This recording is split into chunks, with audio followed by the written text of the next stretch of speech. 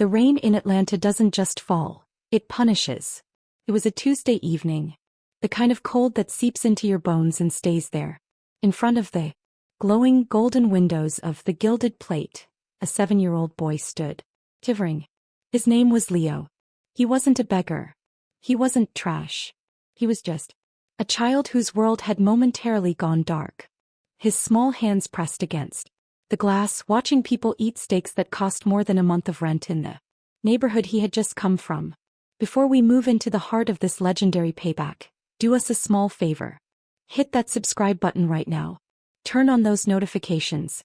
Give this video a like and drop a comment below with the word justice if you've ever seen someone be treated unfairly and wished you could do something about it.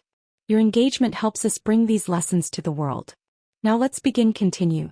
When he finally gathered the courage to walk through those heavy mahogany doors, he didn't ask for a handout. He held out a crumpled $5 bill, all he had in the world, and asked for a bowl of soup. He was shaking so hard the bill vibrated in his hand. But the woman behind the counter didn't see a child. It saw a stain on her 5-star aesthetic. She didn't just say no. She took a pitcher of ice water and poured it over him. "We don't serve your kind here," she sneered. "Go back to the gutter before I call the police." He thought that was the end of it. She thought she had protected her empire from the dirt. She didn't realize that in 30 seconds she had signed the death warrant of her career. Because that child wasn't just any boy. And his father, well, his father was about to walk through those same doors not with a $5 bill but with the power to buy the entire block and tear it down. Just to see her cry. Welcome to our channel. Here we tell the stories that the world tries to bury. We tell stories where the humble are lifted from the dust and the proud are brought to their knees. We believe that your character is defined by how you treat someone who can do absolutely nothing for you. If you believe in justice, if you believe that every person deserves respect regardless of the clothes on their back, then you are in the right place. Now let me take you back to the moment the sky fell. Let me show you how a single bowl of denied soup turned a woman's life into a pile of ashes. This is a story of a father's love, a child's heart, and the most expensive mistake a person can ever make. The Gilded Plate was more than a restaurant. It was a cathedral of ego. Located in the heart of Buckhead, it was where the old money met the new power. The floors were Italian marble. The chandeliers were custom-cut crystal. And the woman running it all was Cynthia Sterling. Cynthia was 42, but thanks to $100,000 in cosmetic surgery, she looked like a frozen statue of a woman in her late 20s. She wore a Chanel suit that was tailored so tightly she could barely breathe, but she didn't care about breathing. She cared about perception. Cynthia had spent 15 years climbing the social ladder of Atlanta. She had started as a coat check girl and worked her way up by stepping on every hand that tried to help her. Now she was the general manager and part owner of the most exclusive dining room in the South. To Cynthia, the world was divided into 2 categories: assets and liabilities. It was 6 p.m. on that rainy Tuesday. The dinner rush was beginning. High-profile lawyers and tech CEOs were shaking off the rain, handing their umbrellas to valets. Cynthia stood at the podium like a queen overseeing her court. That was when she saw him. The door opened and a gust of cold wind blew in. A small boy no older than 7 stepped onto the marble. He was soaked to the bone. He wore a thin hoodie that offered no protection against the October chill. His sneakers were worn through at the toes. He looked like a ghost in a room full of gods. Cynthia's face contorted in a mask of pure disgust. She didn't see the way the boy's lips were turning blue. She didn't see the way he was hugging himself to keep from collapsing. She only saw the wet footprints on her Italian marble. "Who let this in?" she hissed to the hostess. The boy approached the podium. He looked up at Cynthia with wide, pleading eyes. He reached into his pocket and pulled out a $5 bill. It was wet and limp. "Please, ma'am," the boy whispered. His voice was a paper-thin tremor. "I'm so cold. Can I just have some soup? I have money. My daddy said $5 is enough for soup." Cynthia looked at the bill as if it were a used tissue. $5. He laughed, a cold, sharp sound that made the nearby tables go silent. A sight of Bread here costs $25, you little brat. You're ruining the atmosphere. Get out. But it's raining, the boy said, a single tear tracking through the dirt on his. I got lost. I can't find my daddy's car. Please. I'm just so hungry. Cynthia leaned over the podium. Her perfume, a scent that cost $500 an ounce, filled the boy's senses. I don't care if you're hungry. I don't care if you're cold. You are an eyesore. You are bringing down the property value just by standing there. She looked at a pitcher of ice water sitting on the server's station. Without a second thought, she grabbed it. I told you to leave, she said. He tipped the pitcher. The ice-cold water drenched the boy's head and shoulders. He gasped, the shock of the cold stealing the air from his lungs. The $5 bill fell from his hand, landing in a puddle on the floor. Now, Cynthia sneered, get out before I have the security guard throw you into the street like the trash you are. The boy didn't scream. He didn't cry out. He just looked at her with a look of profound, quiet sorrow, the kind of look a child gives when they realize the world is much crueler than they were told. He turned, his small shoes squeaking on the marble, and walked back out into the freezing rain. Cynthia turned to the hostess, who was standing there with her mouth open in horror. Clean that up, Cynthia snapped, pointing to the water and the wet footprint. And if you ever let a stray animal in here again, you're fired. Cynthia went back to her work. She greeted a senator. She laughed at a joke from a real estate mogul. She forgot about the boy in 30 seconds. But 3 miles away, in a blacked-out SUV parked near a tech convention, a man was looking at his watch. His name was Julian Thorne. In Atlanta, the name Thorne was spoken in whispers. He was the CEO of Thorne Global, a private equity firm that owned the banks, the power plants, and 3 of the skyscrapers that defined the skyline. He was a man who moved billions with a phone call. He was also a man who had lost his wife to cancer 2 years ago. His entire world was his son Leo. Julian had a tradition. Every month he gave Leo $5 and told him to go into a business and buy something for himself. Julian would follow from a distance, watching. He wanted his son to learn how to speak to people, how to handle money, and most importantly, Julian wanted to see how the world treated a child when they didn't know his father was the king of the city. It was a test of the world's heart. But the rain had been heavier than expected. Julian had been caught behind a multi-car accident. He had lost sight of Leo near the Buckhead shopping district.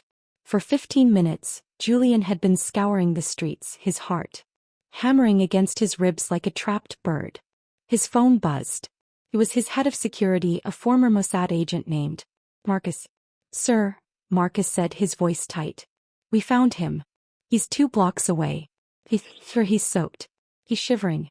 He looks like he's in shock. Julian's voice was a low, dangerous growl. Where is he? Outside a restaurant called the Gilded Plate, sir. He says he went inside to get warm. He says the woman there.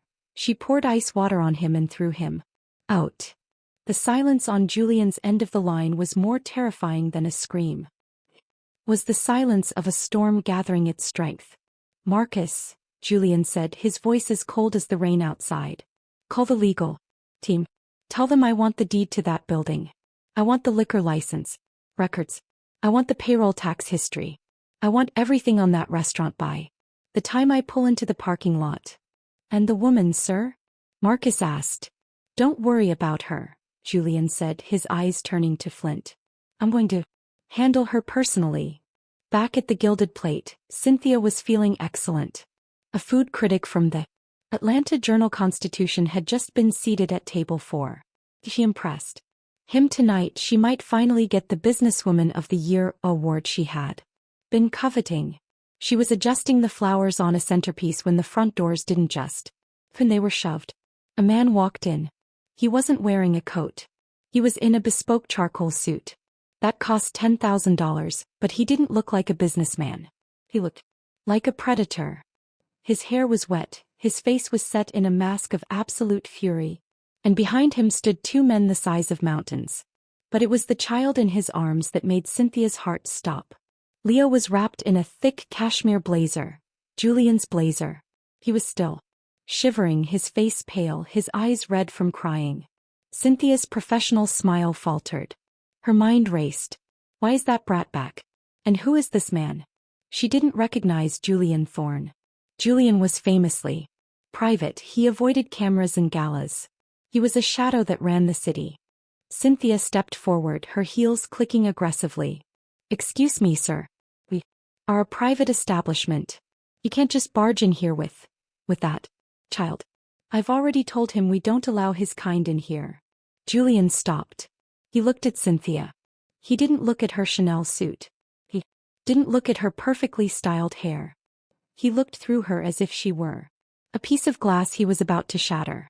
His kind? Julian asked. His voice was quiet. It was the kind of quiet that precedes a landslide. Yes, Cynthia said, crossing her arms. The homeless, the vagrants. I don't care who you are, but this is a 5-star restaurant. We have standards. This boy came in here trying to buy soup with a wet $5 bill. I did him a favor by showing him the exit. Now if you don't leave, I'm calling the police. Julian looked down at his son. Leo, he whispered. Is this the woman? Leo nodded, burying his face in his father's neck. She said I was dirt, Daddy. She poured the ice water on my head.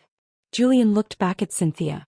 For the first time in her life, Cynthia felt a spark of true primal fear. You poured ice water on a 7-year-old child, Julian said. It wasn't a question. He was trespassing.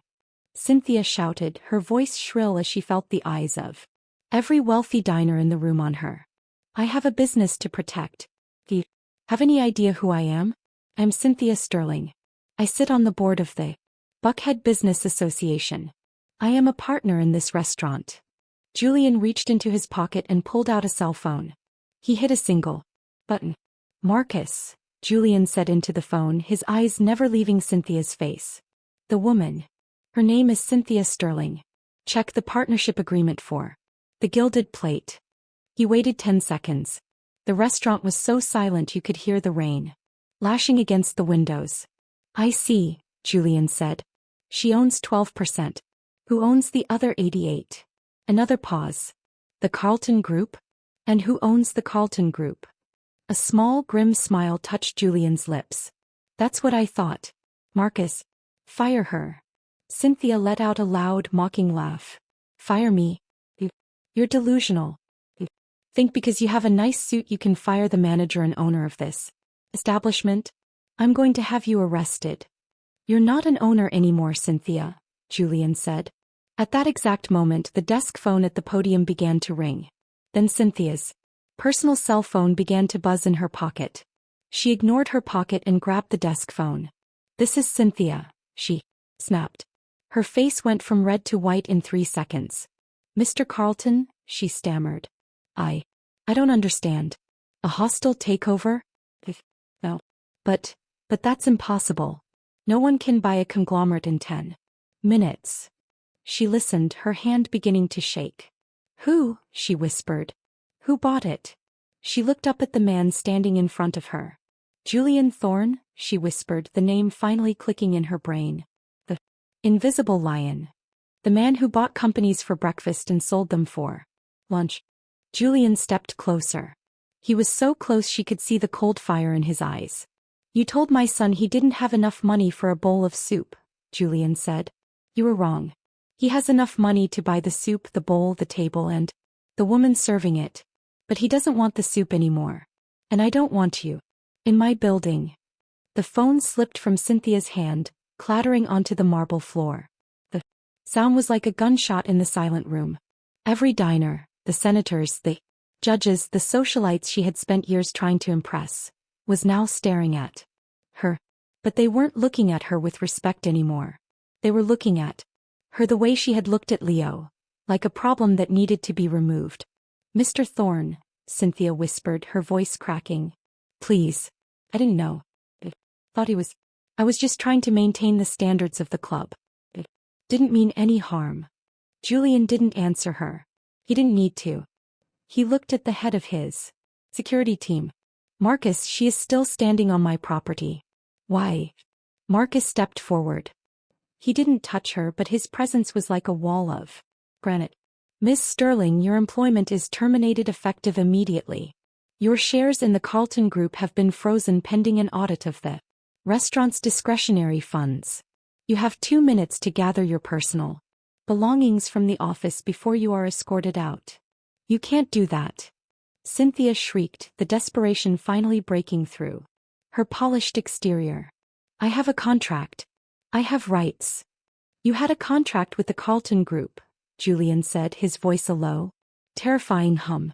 The Carlton Group is now a subsidiary of Thorn Global.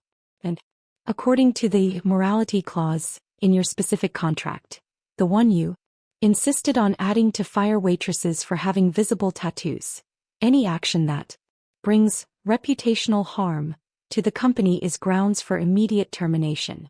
Without severance, I'd say pouring ice water on a shivering child in front of 30 witnesses counts as reputational harm, wouldn't you? Cynthia looked around the room, her eyes darting from face to face, searching for an ally. She saw Judge Miller, a man she had given the best table to for 5 years. Judge. Tell him he can't do this. The judge didn't even look up from his steak. He simply signaled the waiter. Excuse me, the judge said calmly. There's a draft in here. Could you please close the door once the trash has been taken out? A ripple of quiet laughter went through the room. It was the sound of a social execution. In Buckhead, you are only as powerful as the people who will take your phone calls. And Cynthia Sterling's phone was about to become very, very quiet. Cynthia was led to her office by 2 of Julian's security guards. He tried to grab her designer handbag, her framed awards, her gold-plated nameplate. She was shaking so hard she dropped her keys. Leave the keys, Marcus said. The locks are being changed as we speak. Your personal items will be couriered to your home. If they fit in a box, they'll be sent. If they belong to the restaurant, they stay. That bag is mine, she screamed, pointing to a limited edition Birkin sitting on the chair. Purchased with a company-issued representation allowance 3 months ago. Marcus replied, checking a tablet. Technically company property until the audit is complete. Move, Cynthia. She was marched through the kitchen. The chefs, the dishwashers, the busboys. The people she had spent years belittling, calling them idiots and disposable, all stopped what they were doing. They stood in a line watching her. Grace, the lead line cook, a woman Cynthia had once written up for taking a 5-minute break to call her sick mother, stepped forward. Grace was holding a pitcher of ice water. Cynthia froze. Her heart hammered against her ribs. Grace looked at Cynthia, then looked at the pitcher. For a second the room held its breath.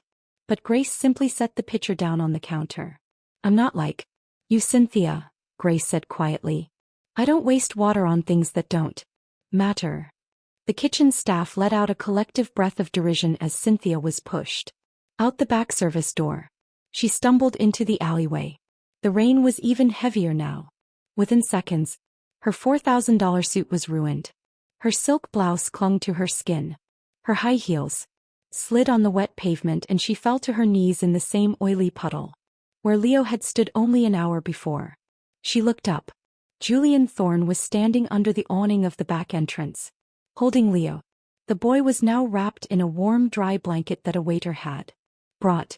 The math of your life is very simple, Cynthia, Julian said. You spent 15 years building a tower of ego. You thought the higher you climbed, the less you had to care about the people at the bottom. But you forgot one thing. He stepped out, Marcus holding an umbrella over him and the boy. The people at the bottom are the ones who hold the ladder, Julian continued. And tonight you kicked the wrong person. What am I supposed to do? Cynthia sobbed, the rain mixing with her expensive mascara, black streaks running down her face like scars. I have a mortgage. Have car payments. My reputation is everything. Your reputation was a mask, Julian said. And masks don't keep you warm in the rain. Leo. The boy looked at the woman who had humiliated him. Cynthia looked back, her eyes pleading with a 7-year-old for mercy. Can I have my $5 back? Leo asked quietly. Cynthia reached into her pocket. Her fingers found the crumpled, wet bill she had snatched from the floor earlier. She held it out with a trembling hand. Leo took it. He looked at his father. "Can we go now, Daddy? I want to go home." "Yes, son," Julian said. He looked at Cynthia one last time. "Don't bother looking for a job in this city. I've already sent the security footage of the ice water incident to every member of the Chamber of Commerce. You wanted to be famous, Cynthia. Tonight you're the most famous person in Atlanta. Do it. You're 15 minutes. Julian turned and walked toward his waiting SUV. The heavy door closed with solid, expensive thud and the vehicle pulled away, its taillights disappearing into the gray curtain of the storm. Cynthia was left alone in the alley. She tried to stand but her heels snapped. She took off her shoes and began to walk. He walked past the front of the restaurant. Through the windows she could see the diners laughing. So, new manager, the young hostess she had threatened to fire, already standing at the podium. Cynthia reached into her bag for her phone to call a car. But as she pulled it out, a notification popped up on her screen. Thorn Global has filed a temporary injunction. Bank assets frozen pending litigation. She had no money. She had no car, it was a company lease. She had no job. Stood on the corner of the street, shivering, the wind whipping through her wet clothes. She looked at a passerby, a man in a simple raincoat. "Please," she rasped. "Can you help me? I'm so cold." The man looked at her. He saw the ruined suit, the smeared makeup, the desperate face. He looked like a kind man. But then he looked at the glowing sign of the Gilded Plate behind her. He had seen the commotion. He knew who she was. "I'm sorry," the man said, his voice devoid of pity. "I'm just a liability. Wouldn't want to ruin your atmosphere." He walked away. By Wednesday morning, Cynthia Sterling was a ghost. The video had gone viral. Wasn't just on the local news, it was on every social media platform in the country. She woke up in her high-rise condo to the sound of her doorbell. It wasn't a friend. It was a process server. By noon, the board of the Buckhead Business Association had held an emergency meeting. Her name was scrubbed from the rolls. The Businesswoman of the Year gala, which was supposed to be her crowning achievement, was cancelled. The sponsors didn't want to be associated with a child abuser. She tried to call her best friend, a woman named Vanessa who she had spent every weekend with at the spa. "Vanessa, thank God," Cynthia said when the woman finally picked up. "I need a place to stay. The bank froze my accounts and the condo association is asking me to vacate because of the paparazzi in the lobby." "Cynthia." Vanessa's voice was cold. "I'm sorry, do I know you? My assistant mentioned someone by that name was calling, but I told her I don't associate with people who have reputational issues. Good luck with your audit." The math was finishing. Cynthia realized that her friends weren't friends at all. They were just people who liked the reflected glow of her power. Now that the light was out, they couldn't see her anymore. By Friday, Cynthia was sitting in a small one-bedroom motel on the outskirts of the city, paid for with the last bit of cash she had hidden in a jewelry box. She watched the news. Julian Thorne was on the screen. He wasn't in a suit. He was at the Gilded Plate, but the sign had been changed. It was now called Leo's Table. "We are turning this into a community kitchen in the evenings," Julian told the reporter. "During the day, it will remain a high-end restaurant, but 100% of the profits will go toward building shelters for lost and displaced children. We want to make sure that no child ever walks into a building in this city and feels like they are dirt." The reporter asked, "And what about the previous manager?" Julian smiled, but it didn't reach his eyes. "She's learning a very important, she's learning what it's like to be the person on the other side of the glass." The winter had been long and harsh. Cynthia had lost the motel room months ago. She had bounced from shelter to shelter. She had tried to get jobs, but as soon as the hiring managers Googled her name, the interview was over. She had changed her hair, she had stopped wearing makeup, she had tried to disappear. She was standing in a line in downtown Atlanta. It was a food line. She was wearing a coat she had found in a donation bin. It was too big for her and the zipper was broken. She was shivering. The line moved slowly. When she finally reached the front, she smelled something familiar. Beef barley soup. The same soup Leo had asked for. She looked up at the person serving the food. Her heart stopped. It was Grace, the cook she had once tried to destroy. Grace looked at Cynthia. She recognized her instantly. The silence between them stretched for a long, painful minute. Cynthia wanted to run. She wanted to hide. But her hunger was stronger than her shame. Grace didn't say a word. She took a bowl. She filled it to the brim with hot, steaming soup. She put a piece of fresh bread on the side. Grace, Cynthia whispered, her voice a shadow of its former self. I'm sorry for everything. Grace handed her the bowl. Eat your soup, Cynthia. It's cold outside. Cynthia took the bowl. She moved to a small folding table in the corner. Sat down. She saw a man and a young boy walking through the center. They were checking on the volunteers, shaking hands. Julian and Leo. Leo saw her. He stopped. He looked at the woman in the oversized coat huddled over her soup. He didn't see the monster of Buckhead anymore. He saw a person. He walked over to her. Julian followed, his face unreadable. Leo reached into his pocket. He pulled out a $5 bill. A crisp new one. He set it on the table next to her bowl. My daddy says everyone has a bad day sometimes, Leo said. I hope your day gets better, ma'am. Cynthia looked at the $5. She looked at the boy. And then, for the first time in her adult life, Cynthia Sterling did something she hadn't done in years. She cried. Not because she was poor. Not because she was hungry. He cried. Because she realized that the child she had treated like nothing was the only person in the world who treated her like something. Julian looked at her. He didn't gloat. He didn't yell. A man who needs the world to see his wealth has nothing else to show, Julian said quietly, echoing the words his own father had taught him. And a woman who uses her power to crush the weak has no power at all. You have your $5 back, Cynthia. Use it to start a different life. One where the math actually adds up. They walked away, leaving Cynthia with her soup and her $5. As the doors of the shelter closed, the narrator's voice returns to the screen. Your position in life is a gift, not a weapon. We live in a world where people think that their bank accounts give them the right to look down on those who have less. But life is a circle. The person you push down today might be the one you have to look up to tomorrow.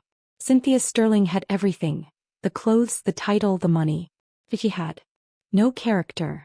And without character, all the gold in the world is just heavy metal.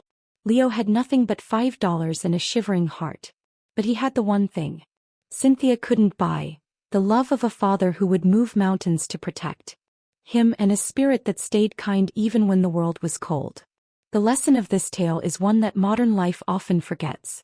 Never measure a person by their position. Measure them by their heart. Because you never know when a shivering child at your door is actually the heir to the kingdom you're standing in. If this story touched your heart, if it reminded you to be a little kinder today, then our job is done. But before you go, don't forget to like this video and subscribe to our channel. We have so many more stories to tell. Stories of justice, stories of heart, and stories where the proud finally learn what it means to be humble. Share this video with someone who needs a reminder that kindness costs nothing, but its value is infinite. Drop a comment below and tell us, what would you have done if you were Leo's father? Remember, a river does not drink its own water. A tree does not eat its own fruit. We are here to live for one another.